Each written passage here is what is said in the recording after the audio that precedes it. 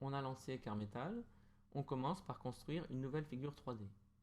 Pour cela, on utilise le menu Fichier, Nouvelle figure 3D. Pour ma part, je vais utiliser une figure dans laquelle j'ai déjà placé des éléments de commentaire. Je bascule donc sur cet onglet. Sur cette figure, j'ai déjà placé ici dans la zone de commentaires un petit résumé de l'exercice ici. Et à gauche ici en rouge, des éléments de correction qui permettront de valider ou pas les résultats obtenus sur la figure. Dans cet exercice, il faut commencer par construire ici une pyramide ABCES. On remarque que sur le repère mobile de la figure, les points sont nommés différemment des points de Carmetal.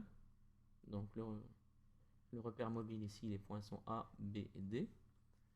Et on va commencer par replacer ces points sur le repère de Carmetal. Donc ici, on a dit que les points allaient s'appeler A, B et D. Donc ce qu'on va faire ici, c'est qu'on va masquer pour commencer les points X, Y et Z. Et on va ensuite recréer les points A, B, D à ces positions. Alors on connaît ici leurs coordonnées et c'est ce qu'on va utiliser ici pour les placer. Alors je vais vérifier que je bien créé le point A pour commencer. Donc c'est bon. Donc on crée ici un point 3D n'importe où ici, donc je vais ajuster immédiatement ses coordonnées. Donc le point A, il a pour coordonnées 1, 0, 0. Je recommence pour le point B, qui lui a pour coordonnées 0, 1, 0. Et le point D, alors c'est D, il a pour coordonnées 0, 0, 1. Alors on utilise la touche haut et bas pour passer d'un champ à l'autre ici. Et pour ajuster ses coordonnées. Alors je suis bien dans la situation ici, donc j'ai bien modifié les points du repère mobile. Je vais ici retrouver ici l'énoncé. Alors il me faut placer par ailleurs le point C et le point E qui sont ici. Alors une méthode possible consiste à utiliser la symétrie centrale. Donc je vais utiliser l'outil symétrie centrale 3D pour placer ici. Donc, on désigne le centre, puis le point dont on souhaite obtenir le symétrique. Ce point il s'appelle C, donc il est bien nommé. Et ensuite le point E qui est ici. Donc je recommence, je désigne le centre, puis le point B. Et bien c'est parfait, on obtient bien les points nommés correctement ici.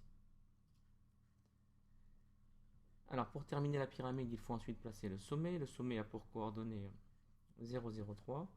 Donc on le place ici, il s'appelle S. Et il a pour coordonnées 0, 0, 3. Alors il n'est pas visible car il est trop haut. Voici. Alors on va ensuite modeler, donc tracer la pyramide.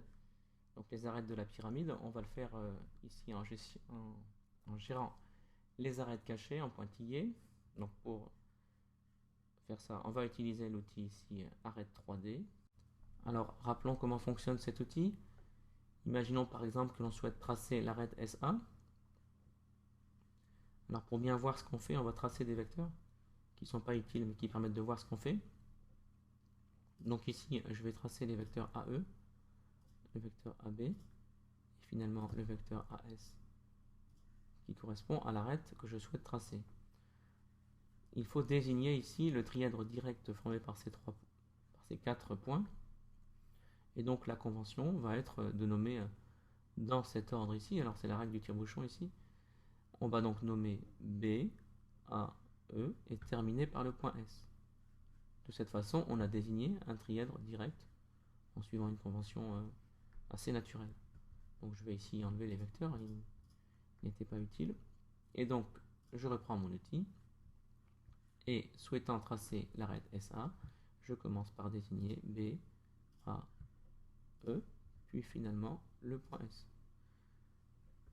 Alors je vais plutôt tracer les segments ici, je vais les laisser en noir ici.